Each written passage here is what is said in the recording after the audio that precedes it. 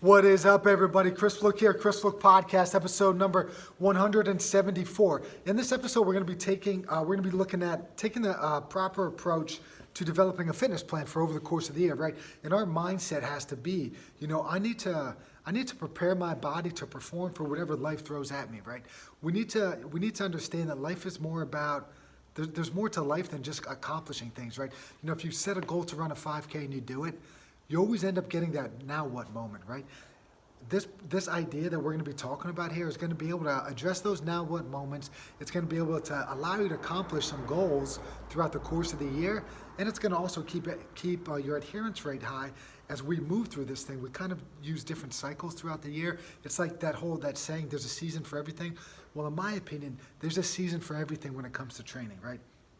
Now, the first thing that we need to do, we need to block out some time. And maybe twice a year we have a training camp of some sort, right?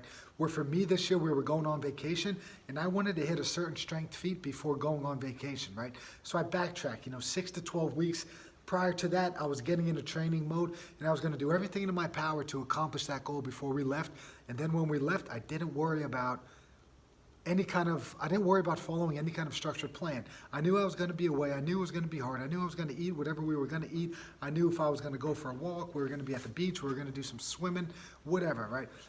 Unstructured physical activity. I knew that's what was going to happen on the vacation. So my plan was to ramp up right before vacation, hit your goal, and then relax, right? Still be active, still do some things, maybe learn a new skill while you're away, do something fun and exciting, but don't put any kind of undue pressure to, I got to hit the gym twice a week. No, you're down there to spend some time with your family, right? That was my take on it anyway.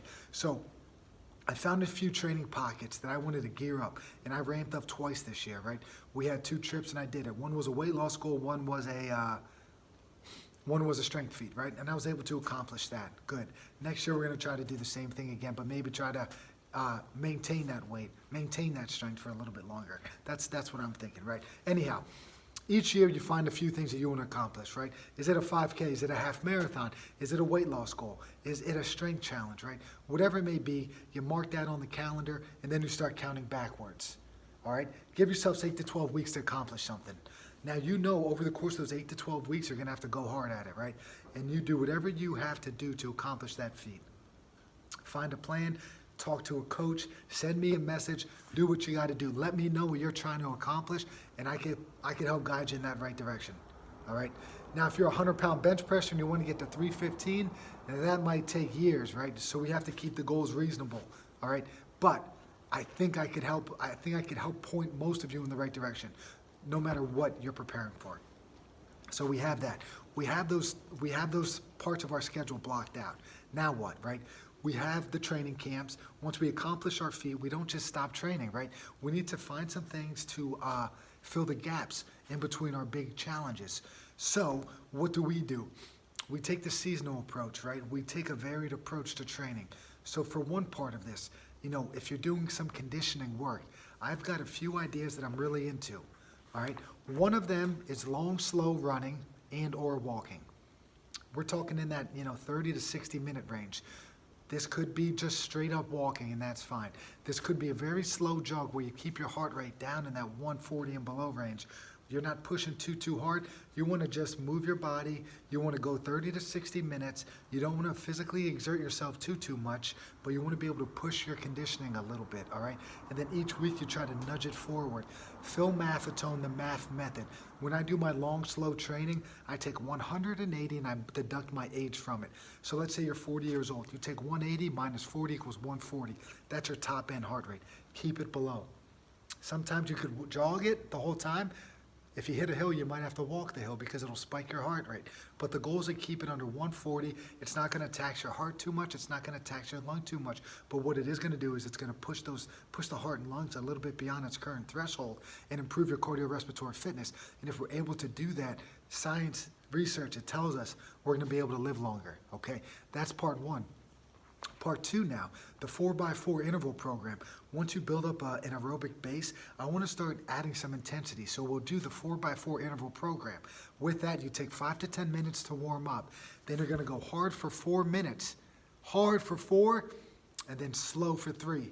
I'm currently doing this in the swimming pool because I stink at swimming. So I'm swimming 4 minutes and I'm recovering for 3 minutes. All right? It's called 4x4 because you do 4-minute intervals, all right? 4 minutes on, 3 off. 4 on, 3 off. 4 on, 3 off. 4 on, 3 off. That last 3 off is a little bit more of a cool down. Maybe you extend that to 5 to 10 minutes to allow that heart rate to come down slowly. After your 4x4 intervals, I recommend finding a period of time to do some hill runs or the 10-10-10 program. Now, hear this out. With the hill, all right, both of these techniques revolve around 90-second sets. All right, so for the hill, you're going to mark off 20 meters, all right, and you're going to run up the hill. It's 5x20, the hill sprints. So you're going to run 20 meters, come back down. You're going to do 5 of those in 90 seconds or less. So what does that mean? Hard sprint, you might have to jog down. Hard sprint, you might have to jog down. That's 90 seconds, okay? From there, you take a 2 or 3 minute rest in between each set, and the goal is to hit 3 to 5 sets. With our 10-10-10 sprints, this is what we're doing. You mark off a start line, you put a cone 10 meters away, then you put another cone, an additional 10 meters away. So the start to the finish is 20 meters. So you sprint 10 meters, and then you jog 10 meters, and then you turn around, you sprint 10, you jog 10. The goal is to get 10 of those into 90 seconds. From there, you take 2 to 3 minutes to recover, and then you repeat. Our goal is to get 5 sets of that, all right? We're getting some sprint training in, but with the short rest time, it's also building a little bit of that anaerobic, anaerobic and endurance usually don't go together, but when you're able to do these repeated high-intensity efforts, you build up the ability to repeat and perform, high-power tasks over and over again. Think about a football game. Explode for 4 seconds, recover for 25 to 35 seconds, and then repeat, right? It's not a one-and-done thing. We want to be able to repeat those bursts of energy over and over and over again. The more of those we can get in, the better off our fitness is going to be. So now you have long, slow training, which is great. I love having periods of time of doing that. It's great for my mind, and I run the country roads out here, and I really enjoy it. The second part's the 4x4 interval. This is a great aerobic exercise. This really boosts your VO2 max. It really boosts your ability, to perform. And you start noticing physical differences when you're on this program. Now, and then the sprint work is just good for that anaerobic stuff. We have to train all systems of our body, all right? That anaerobic stuff also is going to boost our power, which is important as we fight, Father Time. As we get older, our power is going to diminish, all right? And that's when we start moving slower. That's when we start, losing the ability to pop up really quick, right? That's power, that's quick, explosive strength. We lose that. So we have to train that. We have to keep sprints in the program. I'll share a story from the great coach Marty Gallagher. He didn't realize, he thought his conditioning work was fine doing these long, slow runs in the morning, but the one day when he was at a park and there was a dog loose and he had a sprint, he realized he couldn't sprint. So what did he do? He's now in his 70s. He's still doing some of those high-powered work, right? It could save him from a nasty fall, a nasty bite, a dog attack, who knows what, right? He understood the importance of sprinting and started putting it into his program because of that life event, right? Because we have to remember, we're training for life. What are you training for? We're training to perform, man, any day in and day out. When, the unexpected comes, are we going to be ready? Are we going to be prepared for it? Now, with our strength training, we already went over conditioning. Conditioning training is going to add years onto your life. Just look up cardiovascular fitness, all-cause mortality, and you'll find the research on it. Look up 4x4 interval program, all-cause mortality. You'll find some great stuff there. 4x4 VO2 max. You improve your VO2 max, you're going to live longer, right? That's what we're trying to do. That's why we're adding the sprints. That's why we're doing the intervals. That's why we're doing this long, slow runs, right? There's a season for everything. When it gets cold out here up in Pennsylvania, man, move inside to do some conditioning. Maybe that's when you do your bicycling. Maybe you find a good class to do this, or a good gym that has a stair climber, a rowing machine. I'm hitting the pool and the sauna to try to, get that stuff going, right? But change up what you do. Don't do the same stuff over and over again. Now, strength training. We already talked about setting a couple goals. Let's say you have two periods of the year, and 2 to 3 month training camps where you really want to ramp it up. That's taking up 4 to 6 months of the year. The rest of that year, you have to do some stuff. We have to start thinking about what the priorities are during that time of year. Shift your focus a little bit. If you're doing a lot of barbell work, I switched over after doing some Olympic lifts. Now I'm doing kettlebell exercises in my living room. It's cold out. It's cold in the gym. I'm getting up early. I'm doing some work, and I'm getting a kettlebell workout in 10 to 20 minutes, almost pretty often, 2 to 5 times a week in the morning time before anybody's up. So I just know if my day progresses and if I don't get any other physical training in, I know I got that 10 to 20 minute session in. Here's a sample of it. Kettlebell swings and get-ups. That's what I'll do one day. Another day I'm doing a ton of kettlebell snatches. That's another workout. Another day I'm doing a kettlebell complex where you do a kettlebell clean, a kettlebell press, and then a kettlebell squat. You keep the weight, you do all the reps on one side before you switch to the other hand. For example, 1 clean, 1 press, 1 squat. 2 cleans, 2 presses, 2 squats. 3 cleans, 3 presses, 3 squats, all on the right hand. All right, once you complete that, then you would switch, right? And you could take that all the way up to 4, 5, 6, 7. Do as many rounds of that as you want. But that's how I'm doing it. With the kettlebell snatches, I'm doing sets of 2, 3, 5, 10, and 20. 2, 3, 5, 10, 20. I'm training for the kettlebell snatch test, all right? I completed it last week. I want to do better, okay? That's what I'm training there. The swings and the get-ups, this is what I do. 10 swings, I get up on the left side. 15 swings, I get up on the right side. 25 swings, I get up on the left side. And I keep cycling through until I get, what did I do today? 50, I think I did 200 swings and then 5 get-ups on each side. I think I did that correctly there in my head. So 200 swings, 5 get-ups each side. That was good. It got my heart rate spiked. That's what I was doing.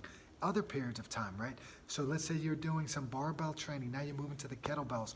Maybe you do some body weight challenges after that. Maybe you try to work up your chin-ups. Maybe you try to do some single leg squats.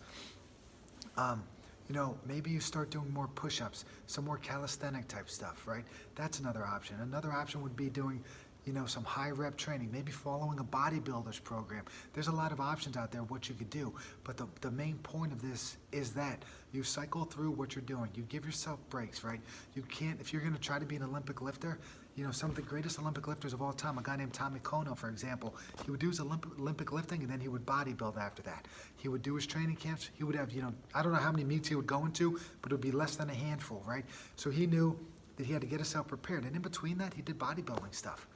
Just to keep his mind fresh, keep his mind off the rigors, it's like, you're just beating your head into a wall sometimes, and you're not going to break through if you just keep doing the same stuff over and over.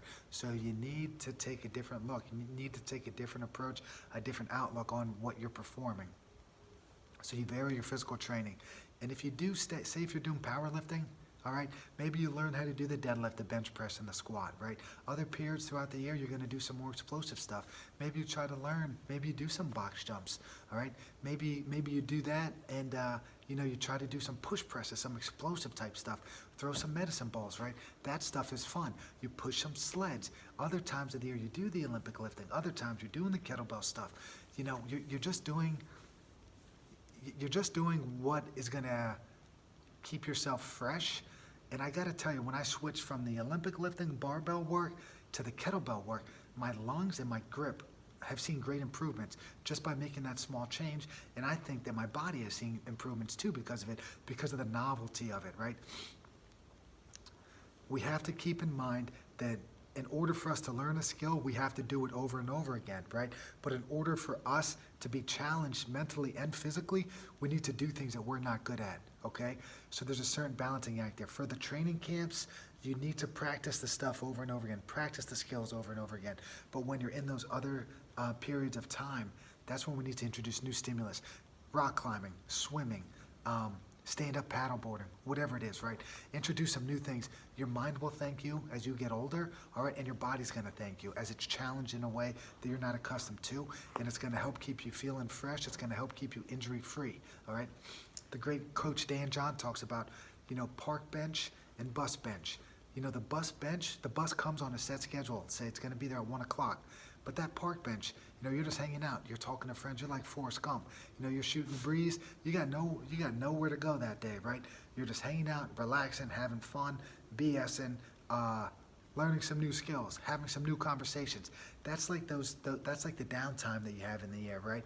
And then he talks about those bus bench workouts where there's a set date, there's a set time that you need to perform, and you need to get yourself prepared to perform at that set date, right? That's how he describes it. I'm trying to describe this in a few different ways in the hopes, you know, that the concepts and the ideas kind of could be understood in a better way.